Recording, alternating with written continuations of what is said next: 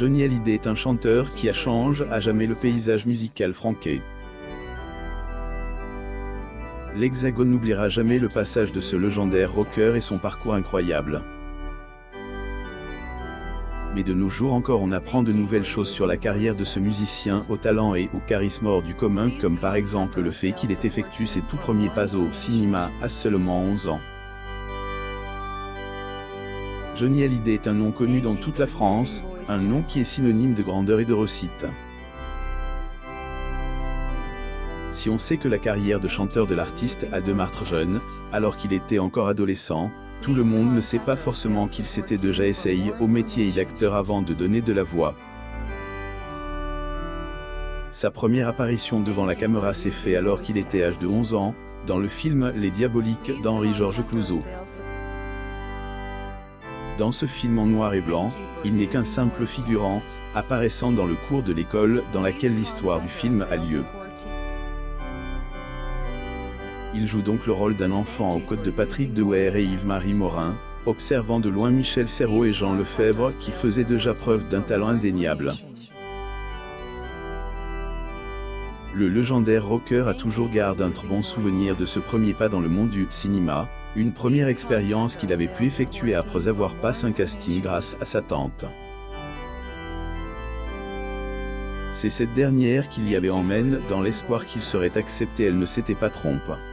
C'est cependant dans la chanson que Johnny s'est vraiment épanoui, devenant l'un des artistes français les plus incontournables et unissant plusieurs générations de fans dans le même amour de sa musique.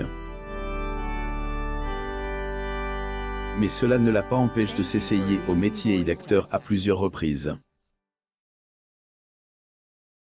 Que la chanson est de sa vocation, la comédie plaisait aussi beaucoup à Johnny Hallyday et il a participé à plusieurs reprises à des films au cours de sa carrière, certains projets lui tenant plus à ses droits d'auteur que d'autres.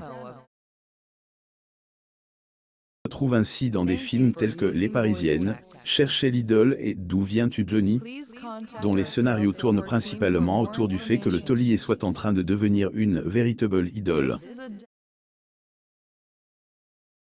Quelques années plus tard, il joue son propre rôle dans le film L'aventure c'est l'aventure, signe Claude Lelouch. Il faut attendre 1985 pour qu'il joue à nouveau, donnant la réplique à Nathalie Baye et à Claude Brasseur dans le film Détective qui va rencontrer un franc succès et prouver que Johnny possède un charisme indéniable. On peut le retrouver dans les années suivantes dans Conseil de famille, Terminus, ou bien encore La gamine.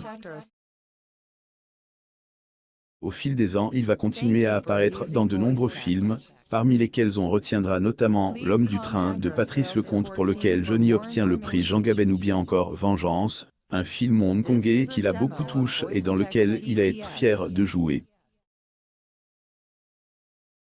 Les derniers films dans lesquels il est apparu sont sortis en 2017 et ont été Rock 'n' Roll de Guillaume Canet ainsi que Chacun sa vie de Claude Lelouch.